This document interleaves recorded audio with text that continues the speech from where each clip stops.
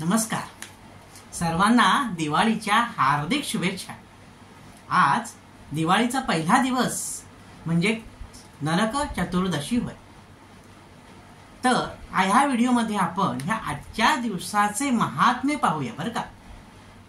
श्री कृष्ण गोविंद हरे मुरारे, हे नाथ नारायण वासुदेव। हे भजन आपण अनेक वेळा ऐकलं असेल। ह्या भजनामध्ये जो मुरारी असा शब्द आहे, त्या शब्दाचा आणि आजच्या दिवसाचा काय संबंध आहे ते आपण या व्हिडिओमध्ये आज पाहूया।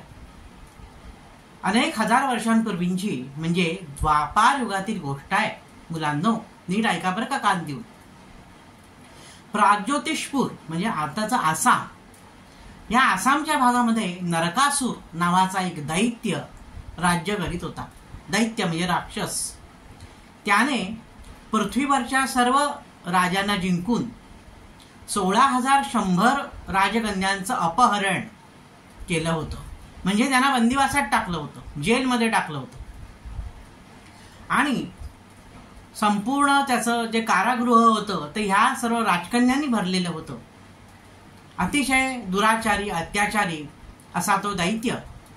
त्याने ब्रह्मदेवाची आराधना करून वर मागितला होता की माझा जर वध झाला म्हणजे मृत्यू झाला तर तो फक्त देवीच्या हातून होऊ दे। त्याला माहिती आहे देवी ही महिला आहे, महिलेमध्ये एवढी शक्ती नक्कीच नसते की जी मला मारू शकेल। एकदा देवराज इंद्र भगवान श्रीकृष्णाकडे आले आणि म्हणाले, हे भगवंता, या नरकासुराने याची अगदी उच्छाद मांडलेला आहे, अनेक कन्यांचं अपहरण केलेलं आहे राजांच्या, आणि आता तो स्वर्गावर सुद्धा स्वारी करणार आहे। तर आता ह्या संकटातून फक्त तुम्हीच आम्हाला वाचवू शकता। असं म्हटल्यावर श्रीकृष्ण म्हणाले की इंद्रा, तू अजिबात चिंता करू नकोस, मी या नरकासुराचा वध करतो। असं म्हणून आपली पत्नी सत्यभामा हिच्या समवेत गरुडावर बसून भगवान त्या प्राग्ज्योतिषपुराकडे निघाले। त्यावेळी सर्व देवता म्हणू लागल्या, गरुडावरी बैसोन माझा कैवारी आला, हो माझा कैवारी आला।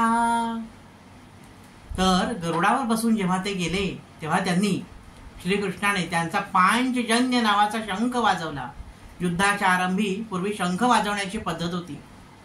तो शंखाचा आवाज ऐकून हा नरकासूर चवताळून उठला आणि त्याने आपला सेनापती जो मूर राक्षस, त्या मूर राक्षसाला पहिले पाठवले। पहिले सेनापती जातो, नंतर राजा जातो युद्धाला, असा युद्धाचा नियम आहे। तर तो मूर राक्षस गेला, चाल करून आला, प्रचंड महाभयंकर धनुष्य गदा अस्त्र शस्त्र अशी त्यांनी चालवायला सुरुवात केली। भगवंताने म्हणजे श्रीकृष्णाने आपल्या सुदर्शन चक्राने त्याचा वध केला। बाणांनी त्याचं धनुष्य तोडून टाकलं, गदा तोडून टाकली मूर राक्षसाची, आणि तो मूर राक्षस मृत्यू पावला। तर या मूर राक्षसाचा अरी म्हणजे शत्रू, मूर राक्षसाचा शत्रू तो मुरारी, म्हणून कृष्णाला मुरारी असं नामाभिधान प्राप्त झालं। मूर दैत्य म्हणजे तो दैत्यांचा सेनापती होता, तो मृत्युमुखी पडल्याची वार्ता जेव्हा ह्या नरकासुराला कळली, म्हणजे त्याला भौमासूर असं पण नाव आहे, तर तो नरकासूर चवताळून आला आपल्या वाहनावर बसून, सिंहावर बसून, आणि त्याने या श्रीकृष्णाशी युद्ध करायला सुरुवात केली। श्रीकृष्णाचा जो वाहन होतं गरुड, त्या गरुडाने स्वतःच्या चोचीने त्या राक्षसाच्या वाहनाला म्हणजे सिंहाला घायाळ केलं, आणि राक्षसाने अनेक अस्त्र शस्त्र कृष्णावर सोडली।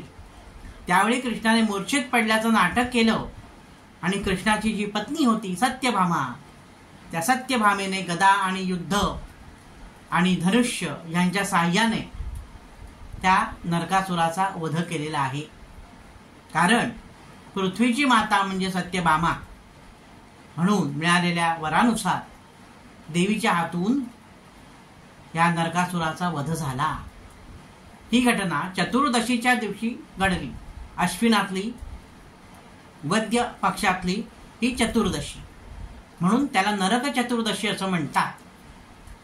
तर ह्या दिवसाचं महत्त्व असं की असुरी शक्तींवर चांगल्या शक्तींचा विजय.